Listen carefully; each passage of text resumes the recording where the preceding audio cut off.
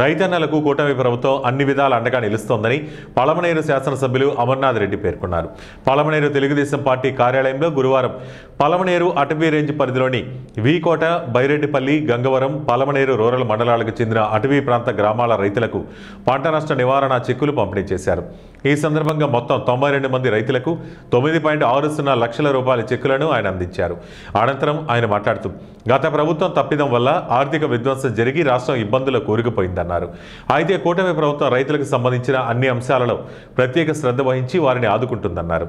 అందులో భాగంగా ఏనుగుల దాడిలో పంటలు నష్టపోయిన రైతులకు సుమారు నెలలోనే పరిహార చెక్కులు అందించడం రైతుల పట్ల ప్రభుత్వానికి ఉన్న చిత్తశుద్ధిని తెలియజేస్తుందన్నారు. ఇక ఏనుగుల దాడులను నివారించేందుకు చేపట్టాల్సిన అన్ని రకాల చర్యలను తీసుకోవడం జరిగిందని ఆయన వివరించారు. ప్రభుత్వం చేస్తున్న కార్యక్రమాలతో పాటు అటవీ ప్రాంత రైతులు అప్రమత్తంగా ఉండాలని ఆయన హితవు పలికారు.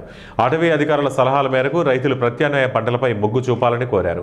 ఇలా ఉండగా పంట నష్టపరిహారం తక్షణమే అందుతుండటంపై పలువురు రైతులు ప్రభుత్వానికి కృతజ్ఞతలు తెలిపారు.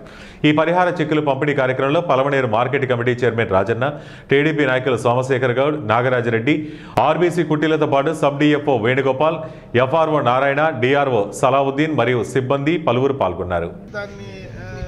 చూసి దాన్ని కరెక్ట్గా అసెస్ చేసి ప్రభుత్వానికి పంపించిన వెంటనే దానికి సంబంధించినటువంటి డబ్బులు ఈరోజు డైరెక్ట్గా రైతులకు ఇచ్చే కార్యక్రమాన్ని చేస్తూ ఉంది. ఎందుకంటే ఈరోజు ప్రభుత్వం కూడా గత ప్రభుత్వం తప్పిదం వల్ల వాళ్ళు చేసినటువంటి ఆర్థిక విధ్వంసం వల్ల ప్రభుత్వంలో డబ్బులు కూడా లేవు.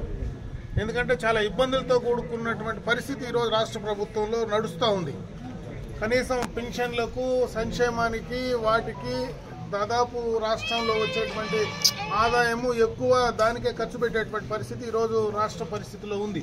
ఇటువంటి సందర్భంలో కూడా రైతుల కోసం రైతులకు జరిగినటువంటి నష్టాలను కాపాడాలని, రైతులకు జరిగినటువంటి నష్టాలకు ఏ రకంగా ఆదుకోవాలని, పంట నష్ట నివారణకు సంబంధించి ఏనుగులను ఎలా కట్టడి చేయాలని ఈరోజు ప్రభుత్వం చాలా జాగ్రత్తగా ఒక పద్ధతి ప్రకారం ముందుకు వెళ్తూ ఉంది. దాంట్లో భాగంగానే ఈరోజు మనకి ఇక్కడ ఎలిఫెంట్ క్యాంపు తీసుకురావడం, పుగ్గి ఏనుగులు తీసుకురావడం, దానివల్ల ఇంకా పూర్తి స్థాయిలో వాటిని కంట్రోల్ చేసేటువంటి పరిస్థితి ఇంకా రాకపోయినా ఇంకా ట్రైనింగ్ చేసి వాటిని పూర్తిగా వినియోగంలోకి తీసుకొచ్చే కార్యక్రమాన్ని డిపార్ట్మెంట్కి సంబంధించినటువంటి వాళ్ళు చేస్తూ ఉన్నారు. అయినా అదొకటే